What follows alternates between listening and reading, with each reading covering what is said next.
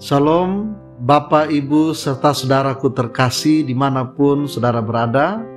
Saat ini saya mengajak Anda untuk mengikuti renungan harian yang dikeluarkan oleh Sinode Gereja Kristen Ekumene di Indonesia, GKO, dengan berpedoman pada pola pembacaan Alkitab 4M. Mari kita berdoa. Kami bersyukur kepadamu Tuhan untuk hari ini dan kesempatan serta kesehatan yang Tuhan berikan. Pagi ini kami akan merenungkan firman-Mu. Tolong kami agar kami dapat memahami dan melakukan kehendak-Mu. Dalam nama Tuhan Yesus kami berdoa. Amin. Bapak, Ibu, Saudara terkasih, untuk merenungkan firman Tuhan, saya Pendeta Rismas Cornelis bersama Bapak Penatua Perlindungan Damanik secara bergantian akan mengajak Anda untuk menerima, merenungkan, melakukan, dan membagikan firman Tuhan dari 2 Samuel pasal 7 ayat 12-14a dengan judul Penyertaan Tuhan sampai kepada keturunan orang beriman. 2 Samuel pasal 7 ayat 12 sampai dengan 14a yang berbunyi demikian.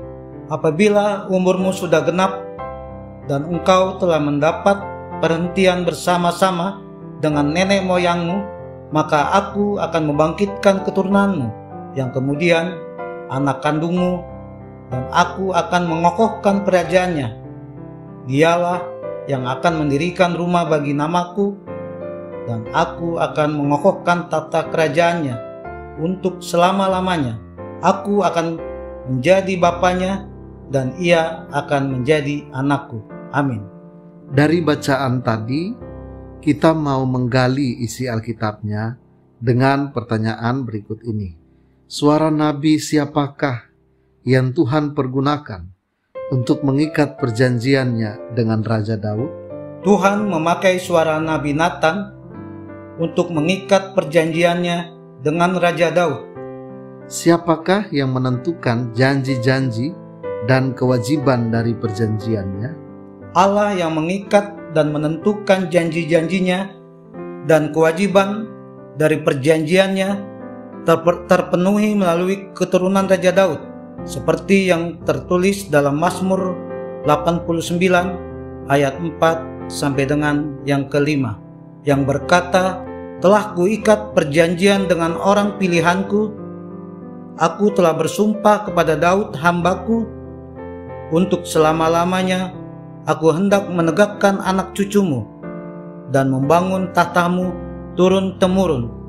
Dari keturunan Raja Daud inilah akan lahir keselamatan bagi dunia, yaitu janji kelahiran Juru Selamat yang digenapi dalam diri Yesus Kristus. Raja Daud dianggap sebagai anak angkat Allah. Dengan bangsa Israel dipelihara dan dilindungi, tongkat kerajaan dan keturunannya akan bertahan dan bangsanya tidak akan binasa. Walaupun dijumpai ada banyak kesalahan yang dilakukan oleh keturunan Raja Daud, yaitu Salomo, namun janji Allah itu tetap dilakukan. Apakah yang harus dilakukan manusia terhadap janji-janji Allah itu? Setiap manusia harus taat dan setia dalam melakukan perintah Tuhan, serta hidup menurut jalan yang ditetapkan Tuhan, agar dapat menikmati janji-janji Allah, seperti yang disaksikan oleh Raja Daud dalam Mazmur 37 pada ayat yang ke-25.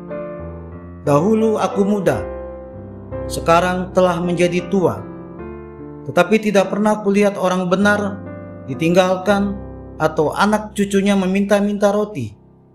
Dengan demikian, ada begitu banyak berkat yang Tuhan sediakan bagi setiap orang yang percaya dan hidup dalam kebenaran sampai pada keturunannya. Berdasarkan firman Tuhan dan uraiannya, apa yang menjadi komitmen kita?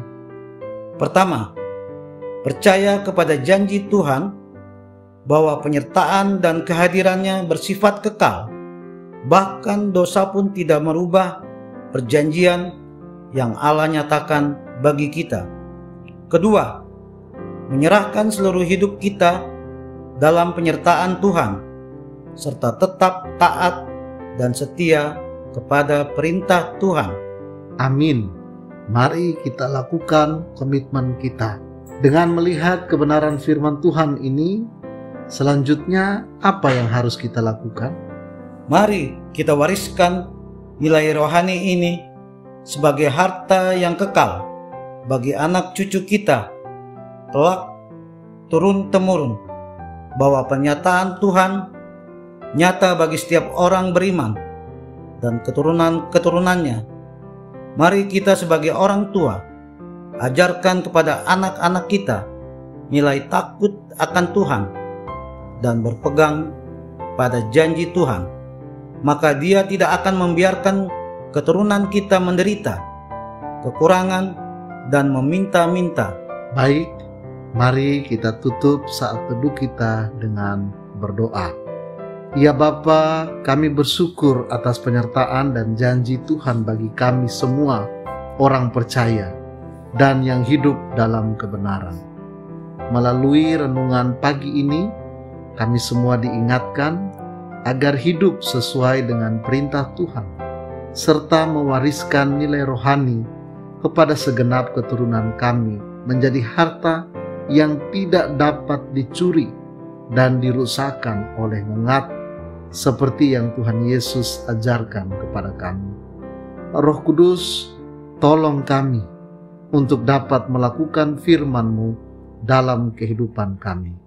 Dalam nama Tuhan Yesus Kristus kami berdoa. Amin. Demikian renungan pagi kita hari ini. Selamat beraktivitas di akhir pekan. Tetap sehat, semangat, dan sukacita. Tuhan Yesus memberkati Bapak Ibu Saudara jemaat. Amin.